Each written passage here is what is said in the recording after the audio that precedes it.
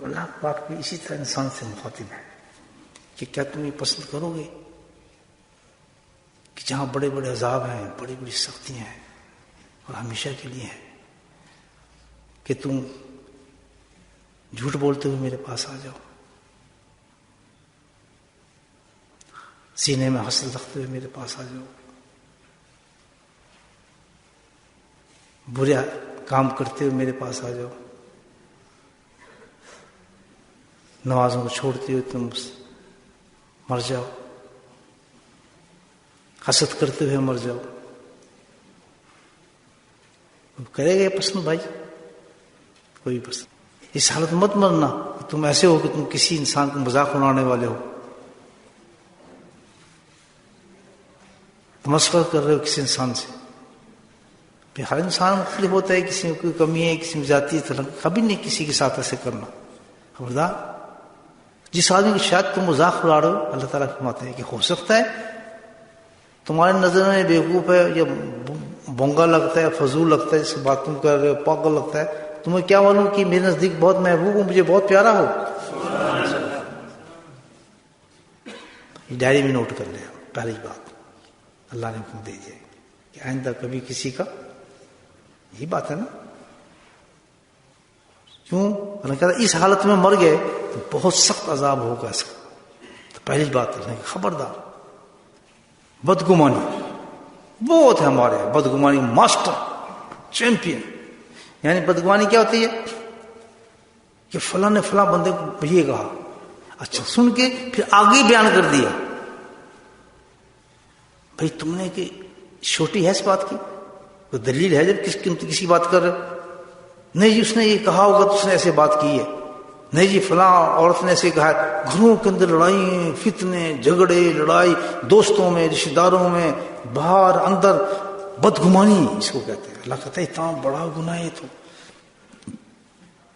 آج ہم ایک بات کرتے ہیں کہ ہماری برکت نہیں تھی، ہم نماز پڑھ، اکثر لوگ جی ہم تو نماز بھی پڑھتے ہیں، ہم تو فلاں بھی کرتے ہیں، تسبیحات کرتے ہیں، اتنی نیم کام کرتے ہیں، حضرت برکت نہیں ہمارے گھر میں، حضرت فلاں چیز ہمارے گھر میں، اتنی بیماری ہمارے گھر میں، کیونکہ یہ گناہ نہیں ہمارے نزدیک. لیکن صبح سے شام تک کی گناہ جس کے لیے اللہ نے کبیرہ گناہ کیا ہے، ہم تیار کیوں کرتے ہیں؟ برکتیں کہاں سے ہیں؟ رحمت اللہ کی کہاں سے ہیں؟ فضل انسان. ہم بیماری ہیں، یہ مصیبتیں، اور پھر ہم فوراً دیکھتے ہیں کہ ہماری، ہم تو عبادت کرنے والے لوگ ہیں، ہم تو فلاں کرنے والے لوگ ہیں. اس اللہ نے ایک شیشہ دکھایا ہے کہ جب تم اپنے آپ کو دیکھو نا، سب سے پہلے اس شیشے کے ساتھ اپنے آپ کو دیکھو کہ تمہارے میں یہ عیب کتنے گھسے ہوئے ہیں. یہ عیب تمہیں برباد کر رہے ہیں، تمہاری نمازوں کو برباد کر رہے ہیں، تمہارے اندر کو ختم کر رہے ہیں.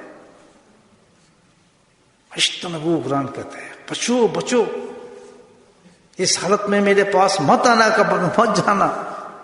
ہم کہتے ہیں بارش میں مت جانا، بھیگ جاؤ گے. تو اللہ تعالیٰ کہتا ہے خبردار کام مت کرنا، القاب سے مت بلاؤ کسی کو، زن مت رکھو، بدگمانی مت رکھو کسی کے ساتھ. اس کو کہتے ہیں تجسس کرنا، دیکھنا کہ یہ کیا کر رہے ہیں، اس کے اندر کیا ہے، اس کے گھر میں کیا ہو رہا ہے، اس کے گھر میں فلاں بات ہے، یہ کیا. دو آدمی بات کر رہے ہیں نا آپس میں، چپ سے جا کے ساتھ کھڑا ہو جائے گا نزدیک ہو کے کہ دیکھوں اس کی بات سنوں میں. اب اندازہ لگاؤ اتنی بڑی بڑی عبادت اس نے کی ہے، اس میں تو یہ میں گناہ نہیں کر رہا. اللہ کہتا ہے لا تجسسوا، خبردار تم نے یہ کام کیا تو تجھے سخت ترین سزا دوں گا. اللہ تعالیٰ کہتا ہے عام عادت ہے ٹیلی فون کسی کے سننے، کسی کی ڈائری دیکھنے، کسی کی ٹیلی فون دیکھ کے اس کے میسج نوٹ کرنے، دیکھنے کہ اس نے کیا کیا، فلاں کیا کیا. نہیں گناہ کی بات. اب یہاں تو میاں بیوی نے بڑا جھگڑے سے ہو جاتے ہیں. اس کے ٹیلی فون پتہ نہیں کسی عورت کو ٹیلی فون کرتا ہے، میرے خیال میں یہ رات کو کسی اس سے بات کرتا ہے، اور کسی نے ٹنک مار دیا نا، نہیں آپس میں اس جاسوس کی وجہ سے طلاقیں ہو گئی، لڑائی ہو گئی، جھگڑے ہو گئے.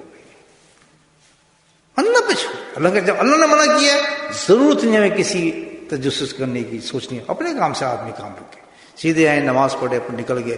کوئی جو ہو رہا ہے جو کر رہا ہے نہیں، فلاں آدمی کہہ رہا ہے نہیں، غور سے سن رہے ہیں یہ دو آدمی جو بات کر رہے ہیں اس میں ضرور کوئی بات، یہ دو عورتیں باتیں کر رہی ہیں. جاتے جاتے پاس سے رک کے دیکھیں کیا کر رہی ہے، اس کی فلاں کی شادی ہوئی ہے، فلاں کا یہ ہوا ہے، فلاں کی. سارا بیڑا غرق کر لیتا ہے انسان اپنی عبادتوں پر، اللہ کو ناراض کر لیتا ہے. غیبت کرنے والا معافی نہیں ہوتا اس کو تمام. اس کو پتہ نہیں تھا. اور غیبت ہے کیا چیز؟ ہمارے نزدیک تو اتنی آسان چیز ہے کہ کسی آدمی کی اس کی پیٹھ پیچھے ایسی بات کرو کہ ہم اس کے سامنے کریں تو اس کو برا لگے. یہ ڈیفینیشن ہے غیبت کی، بڑی سمپل. جیسی پہلے دعا اللہ کے نبی فرماتے تھے دعا سبحان اللہ کہ اللہ تعالیٰ میرے گناہوں میں اور مجھ میں، ہمیں دعا سکھائی ہے تو اتنا فاصلہ کر دے جتنا مغرب اور مشرق کے اندر فاصلہ ہے. سبحان اللہ. ہم میرے اندر کو ایسا پاک کر دیں، میرے دل کو